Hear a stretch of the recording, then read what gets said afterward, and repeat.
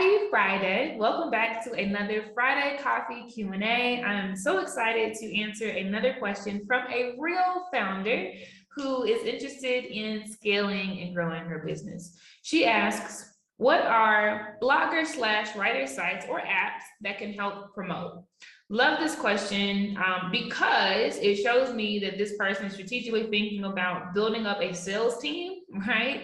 Outside of herself, outside of her existing social media platforms, website, mail list, etc. Right? So great question. I'm going to answer this in a way that you might not expect. And that is to say, you should not look for generic blogger sites or blogger pools or repositories.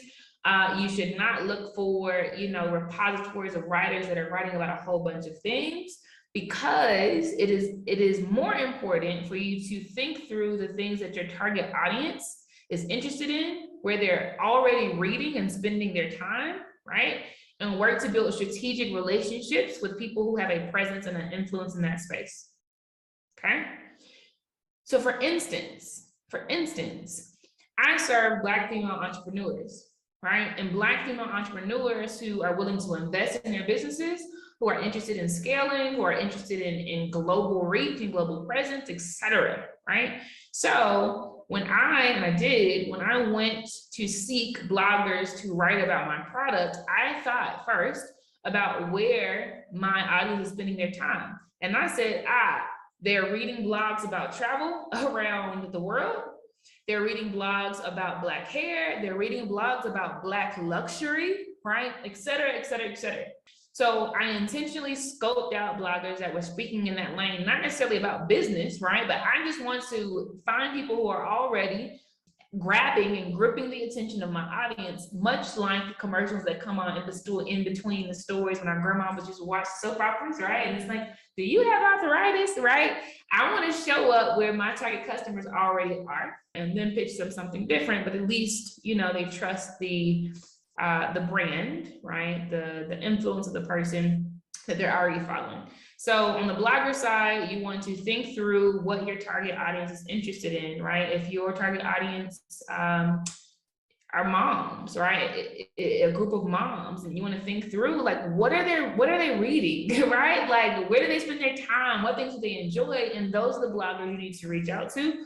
Searching hashtags on Instagram is very, very useful and worthwhile. I do this all the time, and I get very good returns on the pitches that I make inside of DMs.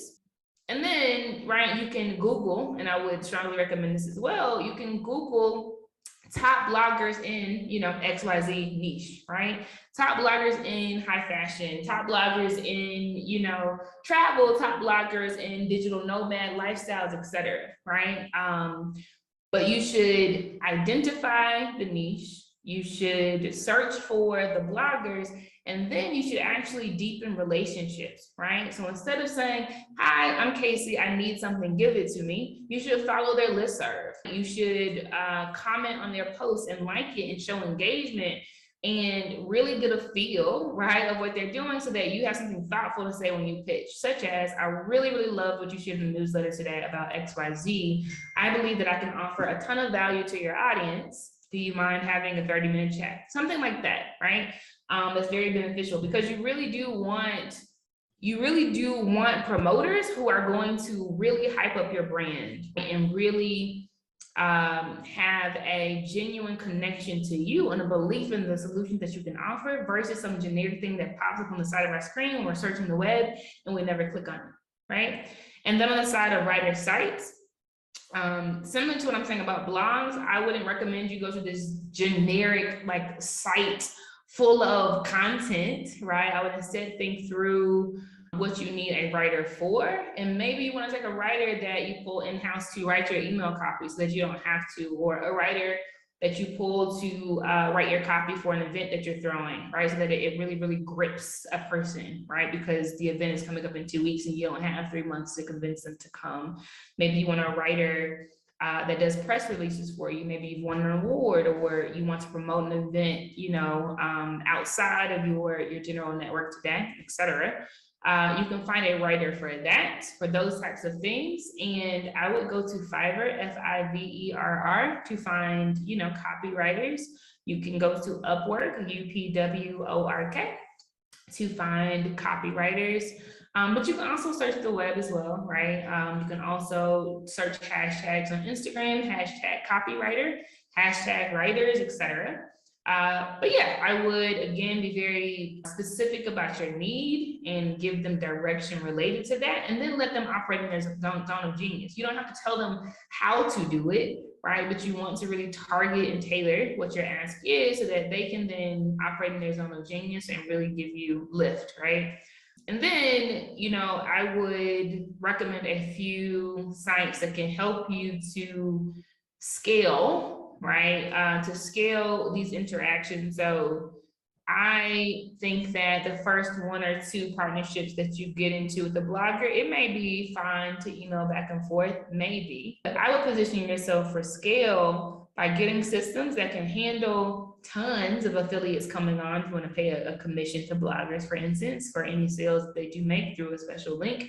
So you're not having to increase your email exchanges as your number of affiliates or sales team help comes in, right? So Rewardful is a very, very good platform that allows you to create affiliate programs for any product. It can be for services, it can be for physical products, etc. But you are able to list your item, give a description, a picture, etc., and then allow people to enroll as affiliates. They get a special link, a unique link that will follow the clicks of a customer all the way through to conversion. And then if a customer converts, you'll be able to automatically give them their commission, right? You get what's left. You set the commission, but Rewardful, REWARDFUL, is really, really great for having these types of partnership relationships at scale. And that's what you want to be able to do. Now, depending on what you're selling, your product site itself may already have functionality for you to start an affiliate program. So I offer courses, for instance, and the platform that I use to offer those courses, it actually already has an affiliate portal built in. So this is great for me in that, I can, pitch to former students to say, hey, you've gone through the program, you love the program. Do you want to make a percentage for every new sale that you make? Right?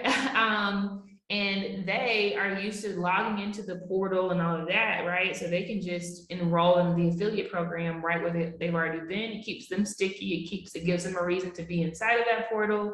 But then too, there's not an extra password to remember or an extra, site to visit. So that's pretty meaningful to me because I'm all about ease and I'm all about stickiness, right? So I actually look for programs and softwares that offer affiliate programs built in because it makes life easier for me and it allows enrollment to be easier. So I hope that was helpful. I think it is incredible that you are thinking beyond your existing audience, pages, mail lists, etc., and you are proactively thinking about building a team, right, of salespeople.